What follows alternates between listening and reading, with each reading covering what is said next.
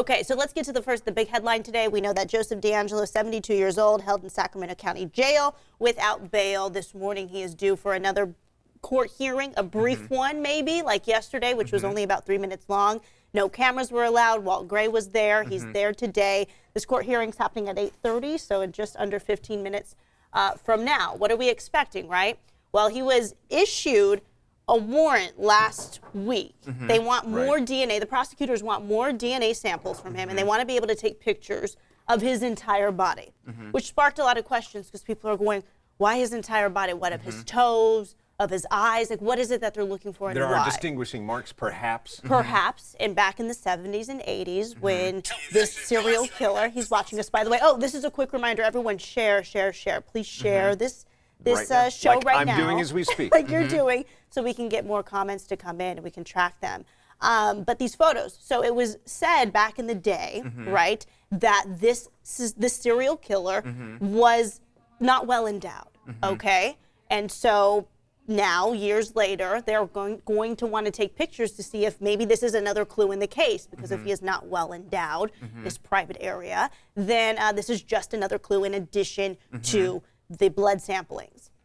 So the question we have for you today, do you think that this is going to help the case? Will these pictures be made public? Is this something that you think helps advance the story? Because like I told Walt this morning, I'm like, wow, this story just keeps getting more interesting by the minute. We're all learning throughout this case because, like I've been saying, this new generation, millennial generation, which certainly was not around in the 70s and 80s, you know, all of this could be really new to people. This entire case and these cold cases, 44-year cold case, now coming to fruition right here in our region. So talk to us. How do you feel this morning? One of the things is we're all learning about the case and the prior crimes that were committed. And remember, he's just getting arraigned right now. These are early stages in this process. You know, as you start reading about the past crimes, I was doing it at work, and they're all very graphic descriptions because we're talking about rape, we're talking about murder, and as I'm reading it at work, I'm like, am I going to go on some watch list at work because some of these phrases and terms are very graphic, but included in some of those accounts by some of the survivors and some of the victims, it does include very graphic descriptions of what happened, and he was naked at the time. I'm not saying that this man was, you know, but whoever the suspect is, was whoever naked. the killer is, he is the suspect. Exactly. And so, you know, it's all evidence. They need not only DNA, they want as much, they want overwhelming evidence, especially if you're talking about a potential death penalty case, because it needs to be overwhelming. You need to have DNA, you need to have circumstantial evidence, you need to have eyewitness accounts, you need to have the description of the suspect match the description of the person that's accused of the crime. So they want it all, but then as the defense, you know, their strategy is to try and exclude as much evidence as possible, because they're trying to just essentially protect their client. And his DA, right, his defense attorney is saying, no, I don't want my client to be having to go through this and for pictures to be taken, which, as Walt was saying this morning, from a lawyer's perspective, you understand why, because you're trying to eliminate any and all evidence beyond, especially now with the DNA, but hey, if he's issued this warrant and they're going to do it, it was supposed to be done, word was it was supposed to be done yesterday after that brief court hearing, but until the original judge that issued the warrant signs off on this, then a decision can't be made. So hopefully within now the next 10 minutes, we'll know. And not a shock that that's the automatic line of defense. I mean, in any similar case, the defense attorney is automatically going to try to protect their client and try to keep all the information as close as possible. Sure. It's, you know, this is, I think we all should just be reminded, and this is one of those things that this is going to take a long time. This is going to take potentially years. There are a number of different areas and counties and district attorneys that want to present their case for their own peace of mind, for their own, you know, due diligence to represent their county and past crimes done in that area. So, you know, this is just what's happening in Sacramento, but this person's accused of crimes up and down the state, and there may be multiple court hearings, multiple appearances all over the state because it's such a big deal.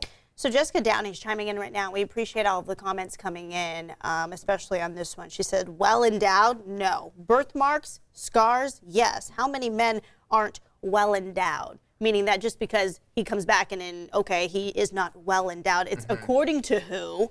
And is it coincidence? Does this really help the case like DNA does? Right.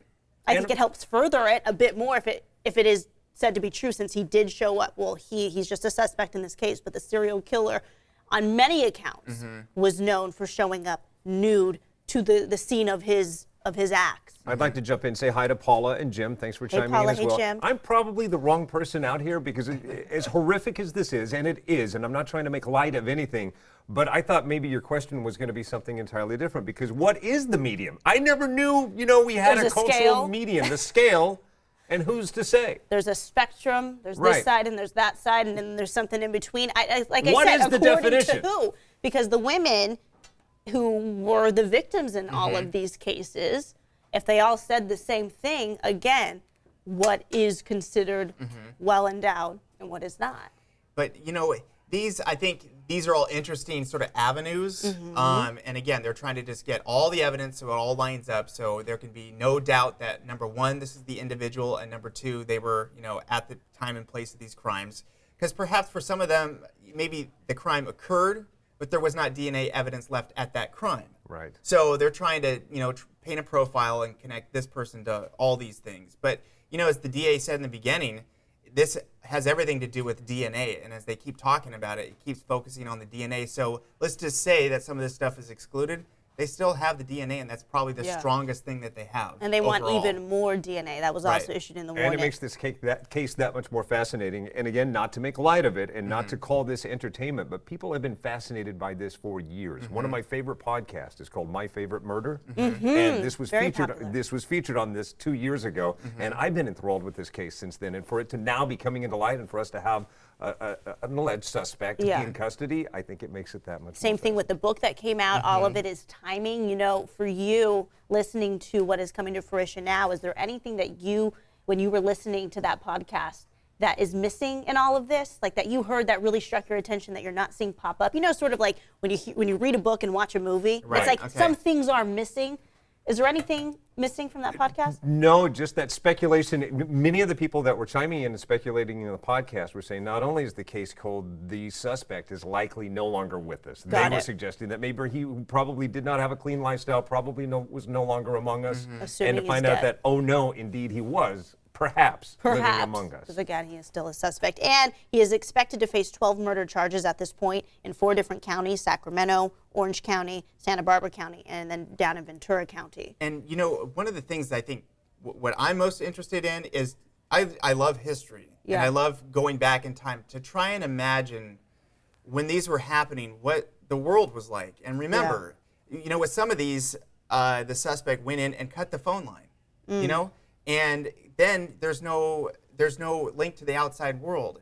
They could case the property and figure out an easy way in and out. This is before widespread alarms in homes. Sure. This is a place where houses were a little bit more spread out, often even in suburban areas. And there's just so many different things, and for that person to commit so many crimes over so many years in so many locations, I mean, it's just not possible to be that familiar with one home in Fremont versus a whole cluster of homes in Rancho Cordova or in where his home was Citrus Heights. Yeah, or in Goleta or in Orange County. I mean, it's just amazing to me that all of these crimes happened with some evidence, victims surviving, and they couldn't put it all together. And the fact that it was all paperwork, like literal paperwork, and not a whole lot of coordination with all these law enforcement agencies. Right. I mean, it's amazing, really, what you could get away with back in the 70s and 80s.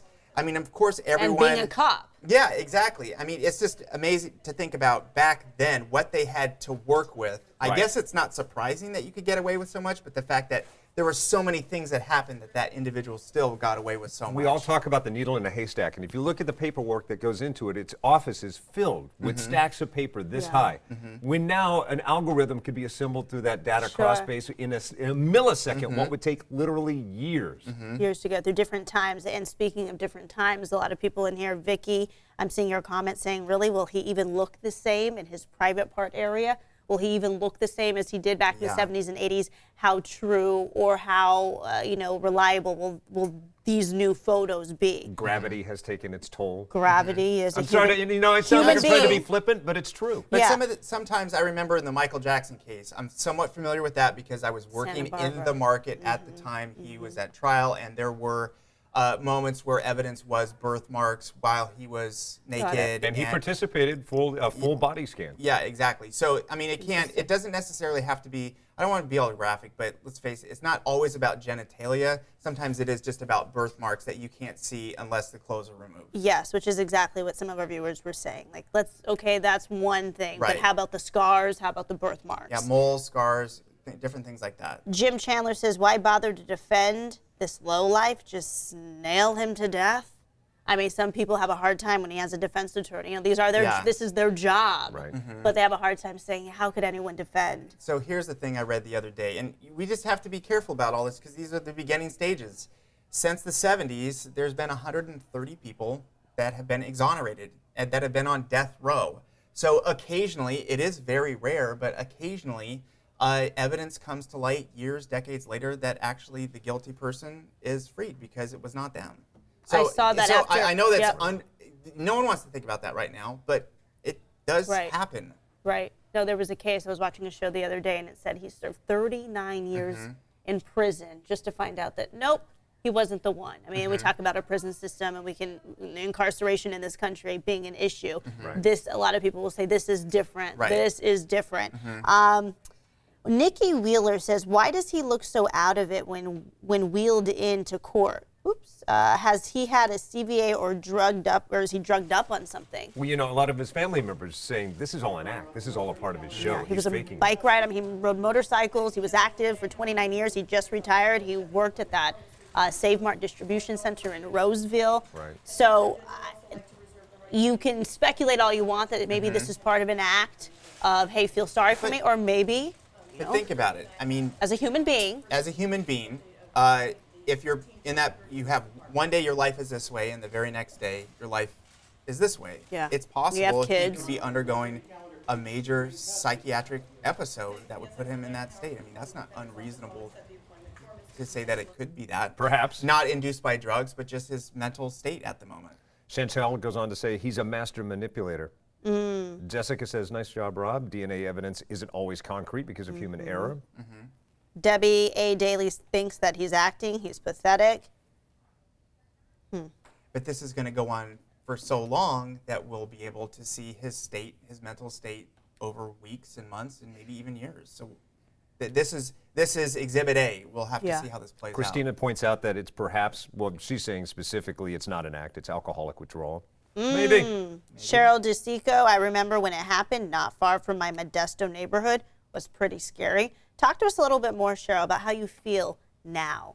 If this happened to you and you were a kid, not happened to you, you weren't a victim in this, but if you remember these stories, like as a generation that didn't live in a time where this man was an active serial killer, I'm interested to know what that was like. I mean, the only thing I can relate it to was growing up, very young, but Richard Ramirez down in Southern California, the Los Angeles area, he was the guy who was creeping through people's windows at night at a time where people opened their windows and went to bed at night and going and doing these heinous acts. And so you reminded me, because you're just a little bit older, you're a bit older than me, you remember when he was suspected of targeting yellow homes? That was just one of the things. And, remember, this is me trying to remember my childhood. So who knows how close this was. But I remember don't go away. roughly that whether this was true or not, that we were discussing, he's targeting yellow homes. And our neighbor's house was yellow. So we figured that's close enough for us.